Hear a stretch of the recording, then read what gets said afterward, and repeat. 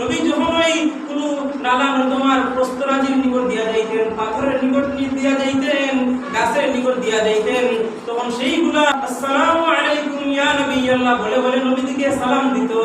রাসূল সাল্লাল্লাহু আলাইহি ওয়াসাল্লামের আঙ্গুলের সিফা দিয়া অবিরত পানি বাহির হইতেছে, আর সাহাবায়ে কেরাম রাদিয়াল্লাহু আনহুম সবাই ওযু করতে করতে সবাই ওযু করে ফেলেছেন। সুবহান। নবীজি মসজিদে নববীর মধ্যে একটা কাঠের মধ্যে হেলান দিয়া, একটা খুঁটির মধ্যে হেলান দিয়া নবীজি খুতবা দিতেন। তো সাহাবায়ে কেরাম দেখলেন যে এই খুঁটিটা পুরাতন হয়ে গেছে, দুর্বল হয়ে গেছে।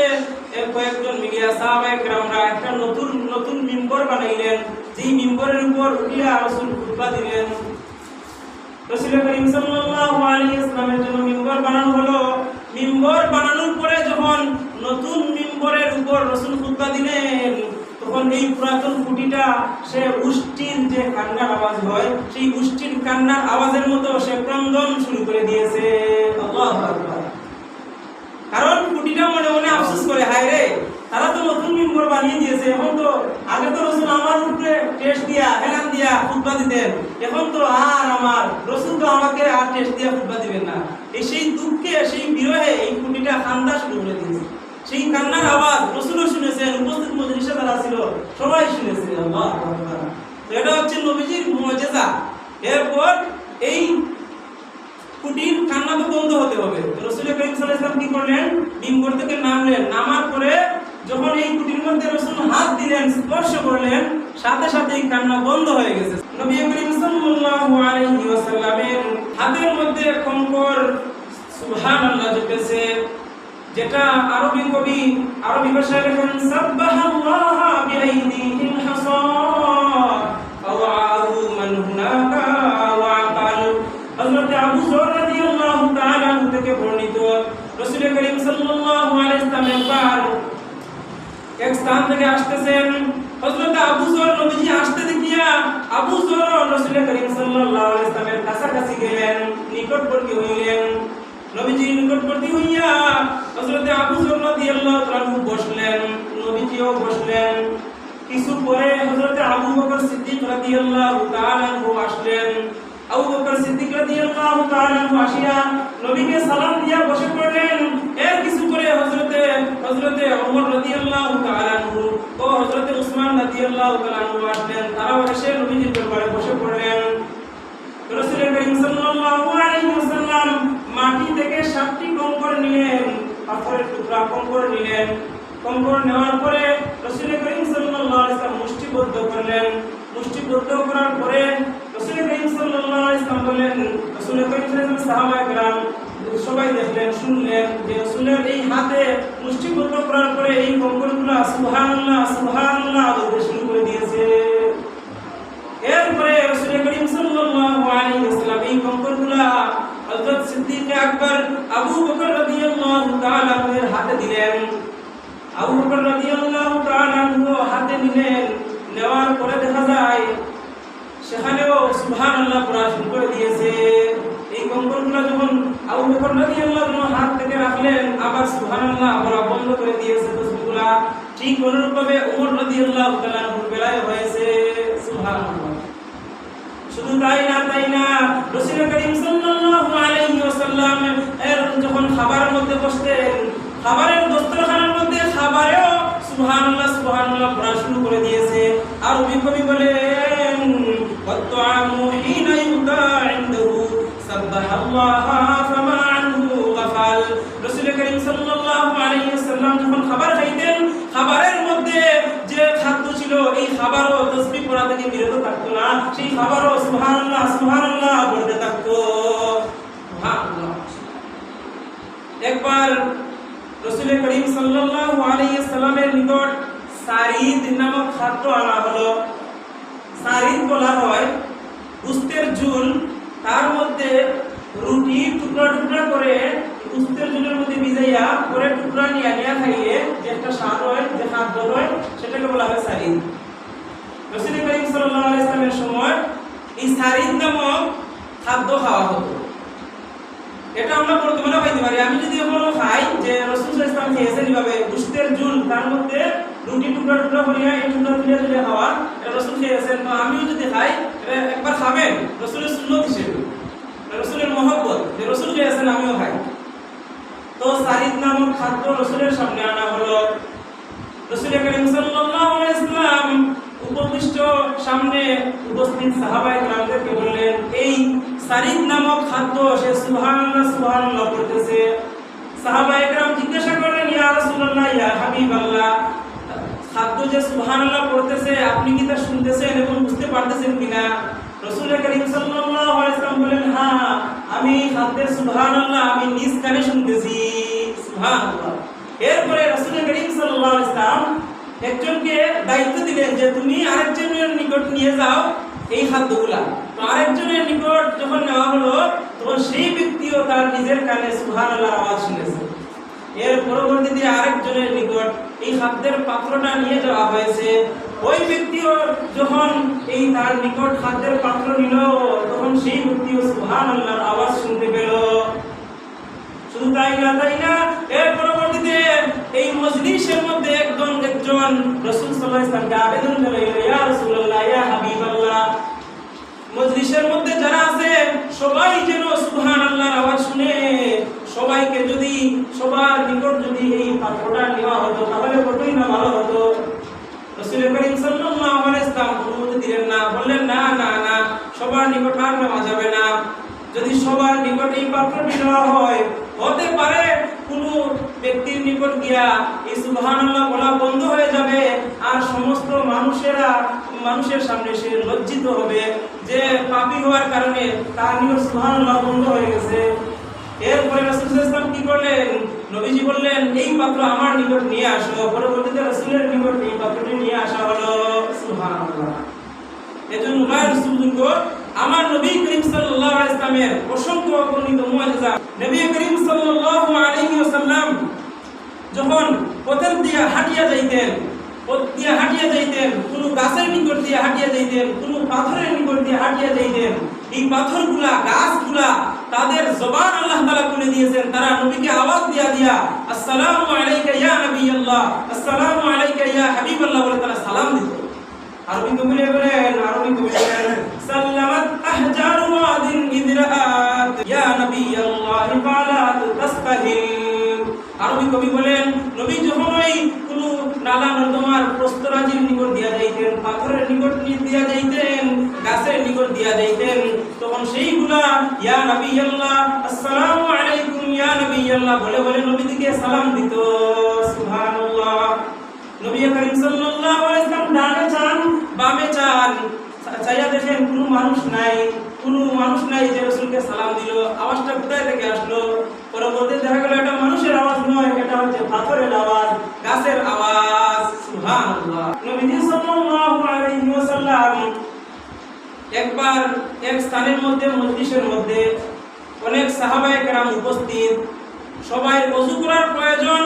আসরের সময় হয়ে গেছে, আসরের সময় চলে যাইতেছে, এমন অবস্থা, পানি খুঁজে পাওয়া যাইতেছে না, ওযু তো করা লাগবে, পানি নাই, কুস করতে করতে কোথাও পানি পাওয়া যায় না।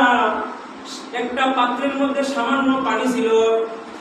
রাসূল করিম সাল্লাল্লাহু আলাইহি ওয়াসাল্লাম বললেন, একটা পাত্রের মধ্যে সামান্য পানি নিয়ে আসো। নবী করিম সাল্লাল্লাহু আলাইহি ওয়াসাল্লামের আদেশ পাইয়া সাহাবায়ে কেরাম রাদিয়াল্লাহু তাআলা আনহু সামান্য পানির পাত্রটা নবীর নিকট আনলেন। নবী করিম সাল্লাল্লাহু আলাইহি ওয়াসাল্লাম এই পাত্রের মধ্যে নিজ আঙ্গুল রাখলেন। নিজ আঙ্গুল রাখার পরে সাহাবী হযরত আনাস রাদিয়াল্লাহু তাআলা বলেন যে রাসূল সাল্লাল্লাহু আলাইহি ওয়াসাল্লামের আঙ্গুলের সিফা দিয়া অবিরত পানি বাহির হইতেছে, আর সাহাবায়ে কেরাম রাদিয়াল্লাহু আনহুম সবাই ওযু করতে করতে সবাই ওযু করে ফেলেছেন। সুবহানাল্লাহ। নবীর আঙ্গুল দিয়ে পানি বাহির হওয়া শুরু হয়েছে। এটা হচ্ছে নবীজির মুআজিজা। তো বায়ান বুজুর্গ, আমার নবী, আপনার নবী জনাবে মুহাম্মদ মুস্তাফা সাল্লাল্লাহু আলাইহি ওয়াসাল্লামের এই সমস্ত মুআজিজা সমস্ত মানুষের সামনে প্রকাশ্যভাবে প্রকাশ পেয়েছিল। নবী করিম সাল্লাল্লাহু আলাইহি ওয়াসাল্লামের এক সাহাবী হযরত আনাস ইবনে মালিক রাদিয়াল্লাহু তাআলা আনহু উনি হাদিসটি বর্ণনা করেছেন। হযরত আবু তালহা আনসারী রাদিয়াল্লাহু তাআলা আনহু উনি একবার রাসূলের সামনে ছিলেন। তো রাসূলের সামনে থাকা অবস্থায় উনি অনুভব করতে পারলেন যে রাসূলের ভুখ লেগেছে, ক্ষুধা লেগেছে, প্রচন্ড ক্ষুধা, খাবার নাই, খাদ্য নাই। নবীজির কাছে আরো অসংখ্য সাহাবায়ে কেরাম, তারাও খান নাই, সবাই ক্ষুধার্ত, পিপাসার্ত। তো হযরতে আবু তালহা আনসারী রাদিয়াল্লাহু তাআলা আনহু উনি বাড়ির মধ্যে গেলেন, গিয়া ওনার স্ত্রী উম্মে সুলাইম রাদিয়াল্লাহু তাআলা আনহাকে বললেন, ঘরের মধ্যে কোনো খাবার আছে কি? রাসূলুল্লাহ ক্ষুধার্ত অবস্থায়, পেটের মধ্যে খিদা লেগেছে, রাসূলকে খাওয়াইতে হবে। হযরত আবু তালহা আনসারী রাদিয়াল্লাহু তাআলা আনহুর স্ত্রী বললেন, ঘরে তো খাবার বেশি নাই, কিছু আছে, জবের কিছু রুটি আছে। হযরতে উম্মে সুলাইম রাদিয়াল্লাহু তাআলা আনহা উনার এক পাশের মধ্যে রুটি সামান্য এটা বাদিয়া দিয়া রাসূলের নিকট পাঠিয়ে দিলেন যে যাও রাসূলকে নিয়ে দিয়ে আসো। হযরতে আবু তালহা আনসারী রাদিয়াল্লাহু তাআলা আনহু এই সামান্য রুটি নিয়ে নবীজির দরবারে হাজির, নবীজিকে খাওয়ানোর জন্য। যখন রাসূল করিম সাল্লাল্লাহু আলাইহি ওয়াসাল্লামের নিকট সামান্য রুটি নিয়ে হযরত রাসূল করিম সাল্লাল্লাহু আলাইহি ওয়াসাল্লামের নিকট গেলেন আবু তালহা আনসারী রাদিয়াল্লাহু তাআলা আনহু, যখন খবর পাইলেন খাদ্যের, যে আবু তালহা আনসারী খাদ্য নিয়ে আসছে খাওয়ার জন্য, কম বেশ তা বুঝার দরকার নাই, বুঝার আগেই রাসূল বললেন সবাইকে দাওয়াত দিয়েছেন, সবাই চলো আবু তালহার বাড়িতে খাওয়ার জন্য। এখন তো হযরত আনাস রাদিয়াল্লাহু আনহু বর্ণনা করেছেন যে আমি সাথে সাথে রাসূল যে সবাইকে নিয়ে রওনা দিয়েছেন আবু তালহার বাড়িতে, আমি আগে চললাম বাড়িতে গিয়ে আমি আবু তালহা রাদিয়াল্লাহু তাআলা আনহুকে বললাম যে আমি তো রাসূলকে খাওয়ার জন্য গিয়েছিলাম, রাসূলকে দেওয়ার জন্য, কিন্তু রাসূল তো সবাইকে দাওয়াত দিয়ে নিয়ে আসছেন। তো হযরত আবু তালহা আনসারী রাদিয়াল্লাহু তাআলা আনহু ঘরের স্ত্রীকে বললেন, উম্মে সুলাইম রাদিয়াল্লাহু তাআলা আনহাকে বললেন যে রাসূল তো সবাইকে নিয়ে আসতেছেন খাওয়ার জন্য, এখন কি উপায়? আমাদেরকে তো সবাই খাওয়ানোর মতো আমাদের খাদ্য নাই। হযরত উম্মে সুলাইম রাদিয়াল্লাহু তাআলা আনহা আবু তালহাকে বললেন, আল্লাহ এবং আল্লাহর রাসূলই জানেন কি হবে, আল্লাহর হাওলা। রাসূল করিম সাল্লাল্লাহু আলাইহি ওয়াসাল্লাম যখন বাড়ির মধ্যে গেলেন, বাড়িতে যাওয়ার পরে হযরত নবী করিম সাল্লাল্লাহু আলাইহি ওয়াসাল্লাম হযরত আবু তালহাকে নিয়ে পাতিলের মধ্যে গেলেন, ঘরের মধ্যে গেলেন। ঘরের মধ্যে গিয়ে নবী করিম সাল্লাল্লাহু আলাইহি ওয়াসাল্লাম উম্মে সুলাইমকে বললেন, তুমি খাবার যা রেডি করেছো সব উপস্থিত করো। যখন উম্মে সুলাইম খাদ্য নিয়ে আসলেন, তখন নবী করিম সাল্লাল্লাহু আলাইহি ওয়াসাল্লাম কিছু আয়াত পড়ে, কিছু পরে এই খাদ্যের মধ্যে আল্লাহ তাআলা বরকতের দোয়া করলেন।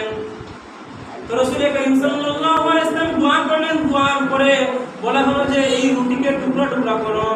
রুটি তো সামান্য, সাহাবায়ে কেরাম 70 জন 80 জন, 70-80 জন সাহাবী। রাসূল বললেন সবাইকে তো খাইতে হবে, এখন রুটিকে টুকরা টুকরা করা হলো। রুটিকে টুকরা টুকরা করার পরে রাসূল সাল্লাল্লাহু আলাইহি ওয়াসাল্লাম বললেন 10 জন আসো, 10 জনকে আসার জন্য অনুমতি দাও। পুরো 10 জন সাহাবী আসলেন। এই 10 জন সাহাবী এই রুটি পরিতৃপ্তভাবে পেট ভরিয়া তারা খাইলেন। খাওয়ার পরে তারা বাহির হয়ে গেলেন। এই 10 জন খাওয়ার পরে বললেন যে আরো 10 জনকে ডাক দাও। আরো 10 জন আসলেন। এই 10 জন তারা খেয়ে পেট ভরে ঘর থেকে বাহির হলেন।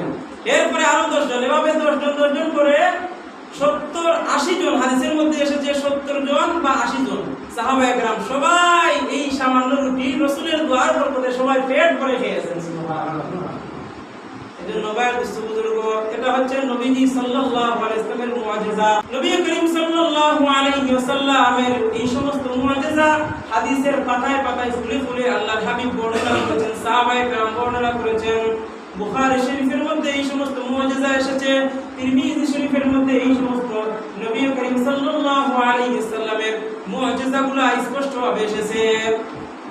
নবীজি সাল্লাল্লাহু আলাইহি ওয়াসাল্লামের আরেকটা মুআজিজা হচ্ছে নবীজি মসজিদে নববীর মধ্যে একটা কাঠের মধ্যে হেলান দিয়া, একটা খুঁটির মধ্যে হেলান দিয়া নবীজি খুতবা দিতেন। তো সাহাবায়ে কেরাম দেখলেন যে এই খুঁটিটা পুরাতন হয়ে গেছে, দুর্বল হয়ে গেছে। এর কয়েকজন মিলিয়া সাহাবায়ে কেরামরা একটা নতুন মিম্বর বানাইলেন, যেই মিম্বরের উপর উঠিয়া রাসূল খুতবা দিলেন। রাসূল করিম সাল্লাল্লাহু আলাইহি ওয়াসাল্লামের জন্য মিম্বর বানানো হলো। মিম্বর বানানোর পরে যখন নতুন মিম্বরের উপর রাসূল খুতবা দিলেন, তখন এই পুরাতন খুঁটিটা সে উষ্টির যে কান্নার আওয়াজ হয়, সেই উষ্টির কান্নার আওয়াজের মতো সে ক্রন্দন শুরু করে দিয়েছে। আল্লাহু আকবার। কারণ খুঁটিটা মনে মনে আফসোস করে, হায় রে, তারা তো নতুন মিম্বর বানিয়ে দিয়েছে, এখন তো আগে তো রাসূল আমার উপরে টেস্ট দিয়া এলান দিয়া খুতবা দিতেন, এখন তো আর আমার রাসূল তো আমাকে আর টেস্ট দিয়া খুতবা দিবেন না। এই সেই দুঃখে, সেই বিরহে এই খুঁটিটা কান্না শুরু করে দিয়েছে। সেই কান্নার আওয়াজ রাসূলও শুনেছেন, উপস্থিত মজলিসে যারা ছিল সবাই শুনেছে। আল্লাহু আকবার। তো এটা হচ্ছে নবীজির মুজিজা।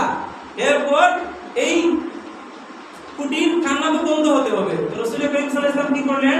মিম্বর থেকে নামলেন, নামার পরে যখন এই খুঁটির মধ্যে রাসূল হাত দিলেন, স্পর্শ করলেন, সাথে সাথে এই কান্না বন্ধ হয়ে গেছে। সুবহানাল্লাহ। তোমার বুজুর্গ, এই নবী হচ্ছেন আমার নবী, আপনার নবী জনাবে মুহাম্মদ মুস্তাফা সাল্লাল্লাহু আলাইহি ওয়াসাল্লাম। যেই নবী আমার নবী, সমস্ত বিশ্ব জাহানের নবী, রাসূল করিম সাল্লাল্লাহু আলাইহি ওয়াসাল্লামের অসংখ্য অগণিত মুজিজা। এই মুজিজাগুলো শুনলে আমাদের ঈমান আমাদের বাড়বে, রাসূল করিম সাল্লাল্লাহু আলাইহি ওয়াসাল্লামের মুহাব্বত আমাদের বাড়বে, রাসূল সাল্লাল্লাহু আলাইহি ওয়াসাল্লামের ভালোবাসা অন্তরের মধ্যে বর্তমান হবে। এই নবী করিম সাল্লাল্লাহু আলাইহি ওয়াসাল্লামের ভালোবাসা যখন আমার বাড়বে, তখন আমার ঈমানও বাড়তে থাকবে। বলেন সুবহানাল্লাহ। এই নবী আমার নবী, আপনার নবী, যেই নবী সাল্লাল্লাহু আলাইহি ওয়াসাল্লাম বিশ্ববাসীর জন্য হেদায়েতের রোল মডেল হিসেবে এসেছিলেন, আপনাকে জাহান্নাম থেকে বাঁচিয়ে জান্নাতে নেওয়ার জন্য যে রাসূল দিন-রাত পরিশ্রম করেছিলেন, দিন-রাত মেহনত করেছিলেন, শুধু আপনাকে জাহান্নাম থেকে বাঁচিয়ে জান্নাতে নেওয়ার জন্য। কিন্তু আজকে আফসোস, আমরা সেই জান্নাতে যাওয়ার জন্য আমরা কোনো প্রস্তুতি নিতেছি না। আজকে আমরা দিন-রাত 24 ঘন্টা আল্লাহ তাআলার নাফরমানির মধ্যে লিপ্ত। আজকে আমরা দিন যায়, সপ্তাহ যায়, আমরা নামাজ পড়ি না, মসজিদে আসি না, আল্লাহর কুদরতি পায়ে সিজদা দেই না। আমার অন্তরের মধ্যে এটা একটু জাগে না যে আমাকে তো একদিন মরতে হবে, আমাকে তো কবরের মধ্যে যাইতে হবে। আমি যে দিন যায়, সপ্তাহ যায়, আমি নামাজ পড়তেছি না, আল্লাহর কুদরতি পায়ে সিজদা দিতেছি না, আল্লাহ তাআলা তো কুদরতি সিসি ক্যামেরায় রেকর্ড করে রাখতেছেন, এর তো হিসাব আমাকে মরার পরে দিতে হবে। মৃত্যুর পরে হাসরের ময়দানে কোনো মানুষ তার জীবনে হিসাব দেওয়া ছাড়া এক কদম সে সামনে আগাইতে পারবে না, তার কদম সামনে নিতে পারবে না। এই যে শুধু হাসরের ময়দানে এই ডান পা বাম পা শুধুই দুই পা রাখার স্থানটুকু পাইবে, আর ডাইনেও যেতে পারবে না, বামেও যেতে পারবে না, পিছনেও না, সামনেও না। হিসাব জীবনে হিসাব দেওয়া ছাড়া। আজকে দেখা যায় আমি নিজেও নামাজ পড়ি না, আমার সন্তানও নামাজ পড়ে না, আমার কোনো চিন্তাই নাই, অথচ আল্লাহ তাআলা বলতেছেন ওয়া'মুর আহলাকা বিস-সালাত ওয়াসতাবির আলাইহা। অন্য হাদিসের মধ্যে আল্লাহ তাআলা বলেন যে তুমি নিজে নামাজ পড়ো, কু আনফুসাকুম ওয়া আহলিকুম নারা, তুমি নিজে জাহান্নাম থেকে বাঁচো, তোমার পরিবারকেও জাহান্নাম থেকে বাঁচাও। তুমি নিজেও নামাজ পড়ো, তোমার পরিবারকেও নামাজ পড়ার হুকুম দাও, আদেশ করো। এজন্য ভাই বুজুর্গ, আমার আফসোস থাকা দরকার, আমার ভিতরের মধ্যে এই বিষয়টা বোঝানো দরকার যে আমার মরার পরে তো আমার নামাজের হিসাব দিতে হবে। আজকে যদি আমার সন্তান, আমি যদি বলি গরুর জন্য কিছু ঘাস নিয়ে আসো, এক জায়গা ঘাস আনো, তো যদি আমার ছেলেটা ঘাস আনে না গরুর জন্য, আমার মনে কষ্ট লাগে, কেন ঘাস আনবে না? আমি তাকে ধমক দিয়ে মায়ের পিট করিয়া ঘাস আনার জন্য পাঠাই। একবার কথা না শুনলে আবার মায়ের ভিডিও কি ঘাস আনার জন্য পাঠাই, শেষে সে যায়, কিন্তু সেটার জন্য দুঃখ আসে, ঠিক আছে না? কিন্তু আমার সন্তান নামাজ পড়ে না, তার জন্য আমার কোনো দুঃখ নাই। আমার সন্তান মসজিদে আসে না, তার জন্য আমি একদিনও তাকে বুঝাইয়া মসজিদে পাঠাই না। আমার সন্তান মসজিদে আসে না, একদিনও তাকে নামাজে কিসের জন্য আসে না, একদিন তাকে নামাজের জন্য শাসন করি না। কিন্তু ঘাস গরুর জন্য আনে নাই, তার জন্য শাসন করি। এজন্য আমার একটু আফসোস রাখা দরকার, আমার কবরের প্রস্তুতি নেওয়া দরকার। যে আমি তো দেখা গেছে আজকেও ফজরের সময়, আজকে এখানে ফজর নামাজ পড়ি নাই, সারাগজ পড়েছি, দেখলাম যে একজন ব্যবসায়ী উনি ফজরের আগেই তার হোটেলের চা বানাইতেছে, এই খামিরা বানাইতেছে, যে তার পেঁয়াজি বা বিভিন্ন পরোটা বানানোর জন্য সে খামিরা বানায়। কিন্তু কিসের জন্য? সে নামাজ তারিয়া দুনিয়ার মধ্যে নগদ মিলবে, কিন্তু নামাজ সে পড়ে না, নামাজের সময় সে পায় না।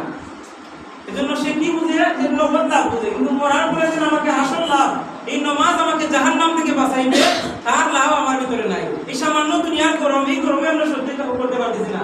অনেকে এখানে যারা আছে উনি ভাবতেছে হুজুর বয়ানটা ছাড়েন না কেন, মাইকটা ছাড়েন না কেন, গরম লাগতেছে, তাড়াতাড়ি নষ্ট করে বাড়িতে। এই সামান্য গরম আমরা সহ্য করতে পারতেছি না ভাই। কিন্তু মরার পরে জাহান্নামের যে আগুন, হাদিসের মধ্যে রাসূল করিম সাল্লাল্লাহু আলাইহি ওয়াসাল্লাম বলেন এই দুনিয়ার আগুনের যে 69 গুণ বেশি পাওয়ার হবে জাহান্নামের আগুন। যেই জাহান্নামের আগুন একবার যদি আমাকে স্পর্শ করে তাহলে শরীরের যত চামড়া আছে, হাড্ডি আছে, সব একবারে জ্বলিয়া পুড়িয়া অঙ্গার হয়ে যাবে, একবারে সালি হয়ে যাবে।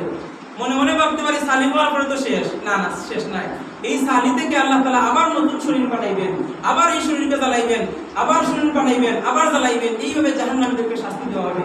এজন্য আল্লাহ তাআলা এই গরম থেকে যেন আমাদেরকে বাঁচান এবং জাহান্নামের গরম থেকে যেন আল্লাহ তাআলা বাঁচান তৌফিক দান করেন। 5 ওয়াক্ত নামাজ জামাতের সাথে আদায় করার তৌফিক দান করেন।